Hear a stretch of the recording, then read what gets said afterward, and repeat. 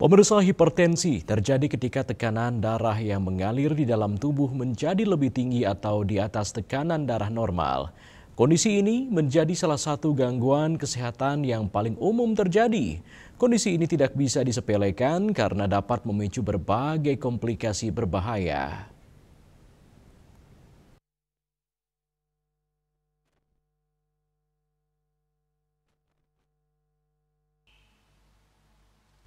Sebelumnya perlu diketahui bahwa tekanan darah yang normal adalah sekitar 100 hingga 140 mm Hg untuk sistoliknya dan 60 hingga 90 mm Hg untuk diastoliknya. Jadi seseorang akan didiagnosis mengidap tekanan darah tinggi jika hasil tensinya menunjukkan angka di atas 140/90.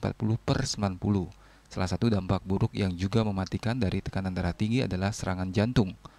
Tekanan darah yang tinggi pada pembuluh darah menimbulkan gangguan pada jantung yang kemudian memicu serangan jantung.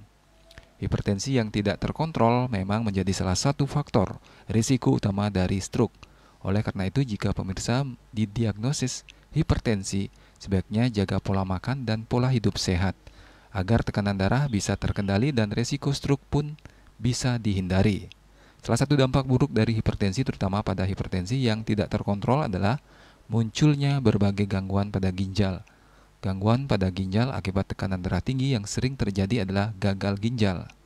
Agus Sudiatmiko, Bali TV.